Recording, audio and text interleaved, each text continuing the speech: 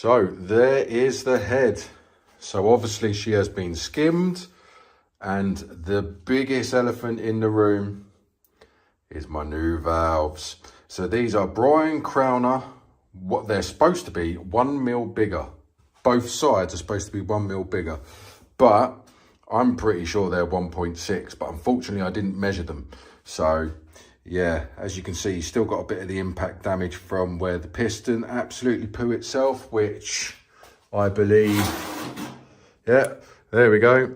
That is the result of number 6, which is why we're doing the entire rebuild. For those of you that can't remember what I've done with the engine, because it has been a while. So we painted the block, it's all been ohmed, and it has been bored out to 8.5. We've got the CP pistons in there all ready to go. Everything on the bottom end has been built, including the oil pump.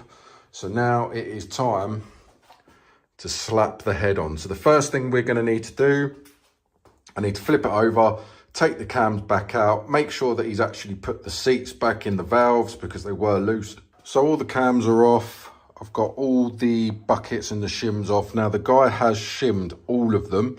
I sent him the tolerances, so I'm just going to presume that they're all done, but obviously we won't know until the head is actually on. So all I'm going to need to do is I need to get a light in there and just make sure that he's put all the seats in, because some of them were loose. And the last thing I want is one of the seats not to be in and the valves just rub through the head and then the head is scrapped. So I'm just gonna get a torch. I can't really film this. So I've just checked, every single one has got the seat in, so we're good. So now I shall get the old assembly lube and just give it a nice generous caking in each single one. Layer it on there, just make sure it's all nice and lubed. Last thing I want is for this to go bang again. Jesus Christ, I do not want it to go bang again. So just give it some nice lubage, because it might be another 6 months before it goes in the actual car, so you don't know. So fingers crossed it won't be, but yeah. Excuse the background noise as well, England are playing and I could not care less, if I'm honest.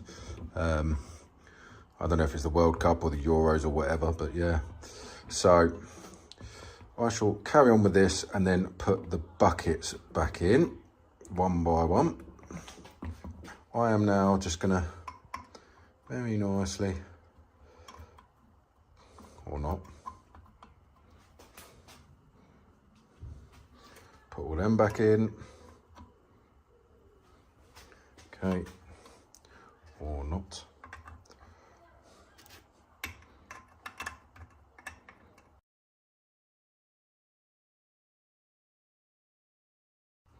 That's all of them in. So now I need to dig out the ARP studs that are in one of these tubs, which I probably need to clean. So, right, let me go and find them. So before we put the studs in the block, what we need to do is the spacers, and this is very, very, very important that you do this. The spacers need to go in before you install the head. Now, the other thing you want to do is you want to make sure that these have got plenty of assembly lube on them, the old assembly lubes, because when you torque them down, the last thing you want is for that to dig into the head when you're torquing it up. So just make sure you've got plenty, well, enough assembly lube on these when you're putting them on. So I shall try and film this somehow. So when I say enough, I mean literally just enough on there. And then what I like to do is just get some on my fingers like that, and then you can rub it in like that, and then just install the spacers, which sometimes is easier said than done. So yeah, so just do that.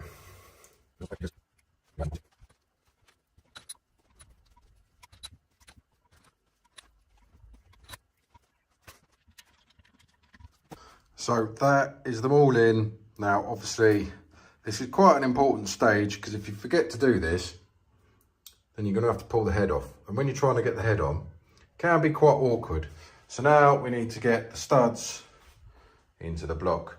Same scenario, just obviously you have a torqued side, well, a hex side and a non-hex side. So just make sure you grease up all the threads, and yeah.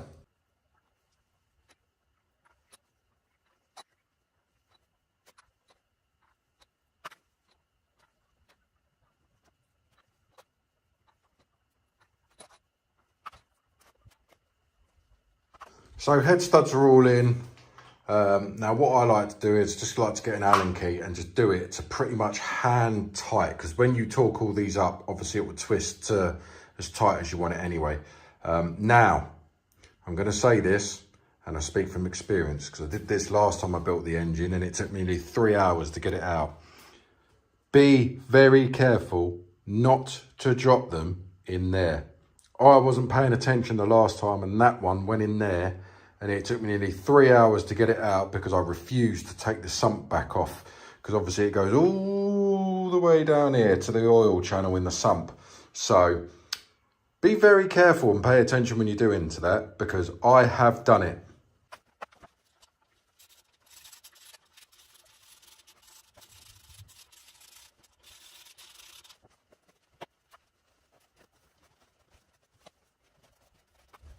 So that is all the head studs now on.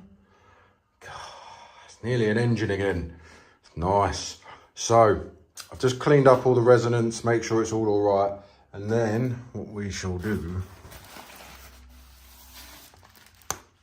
shiny new head gasket. So when it comes to head gaskets, I will not use anything but genuine, full stop. I just don't see the point. So if anybody wants to know, that is the part number for the cylinder head, and everything I've got for this engine, apart from all the performance stuff, has come from Amayama, and it's genuine stuff. Apart from the water pump, which is a GMB, which I've never heard of, but water pump's a water pump. But yeah, so we shall get that head gasket out and we shall install it now. So cylinder head wise, obviously you got to make sure you got it on the right way. So you will see there is some writing here.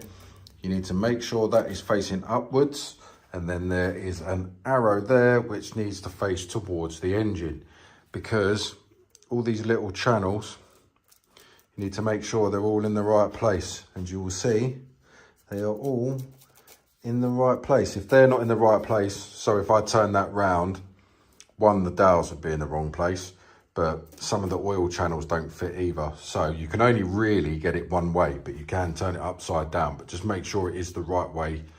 Now to put the head on.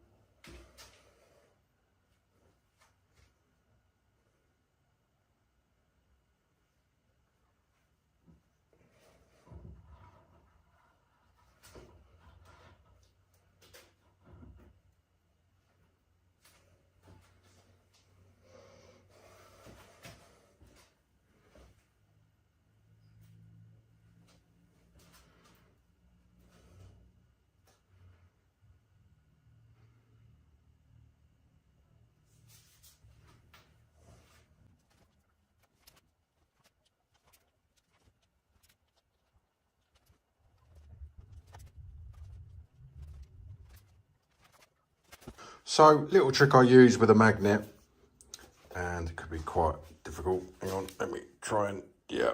So, what we want to try and do, get the bolt on the end of a magnet, like there, and try and get it as straight as possible.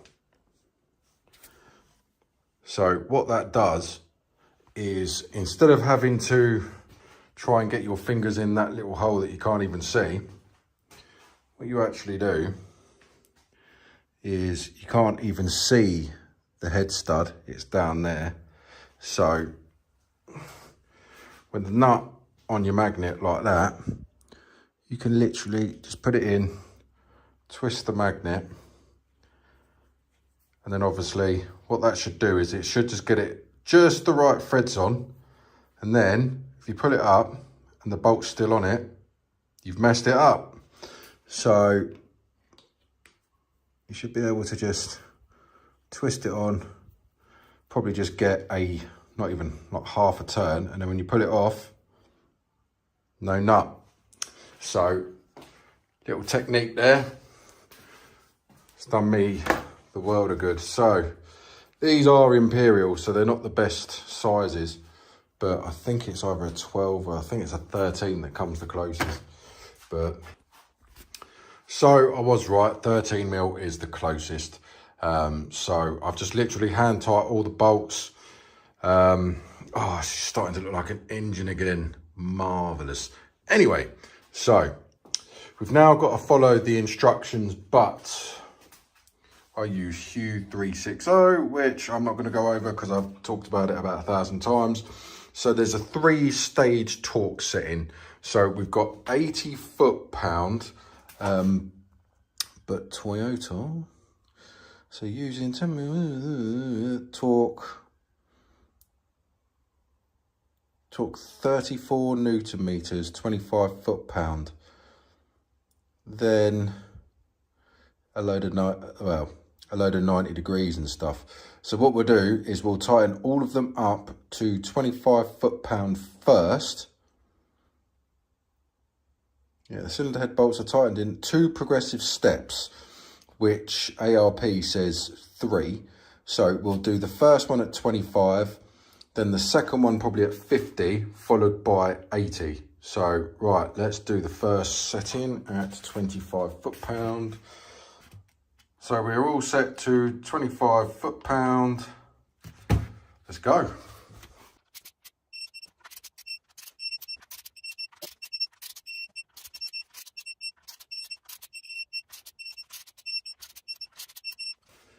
Round 1 now to round 2, which I will do at 50.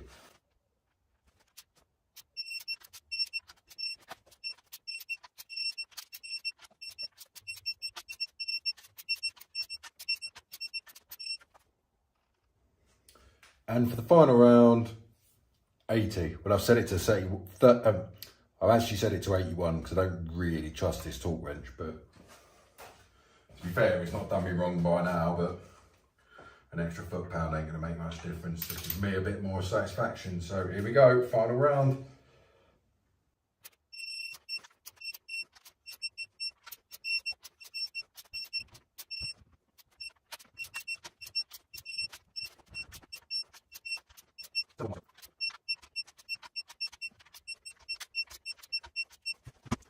Head bolts are now all torqued up and we are one step closer, I mean, sort of, one step closer to the engine being built.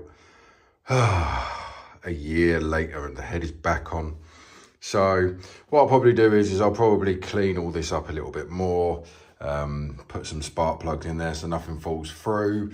Oh, look, you can see how shiny the pistons are through the bottom of the block. Oh, such a shame that they don't do a transparent block. That'd be so cool.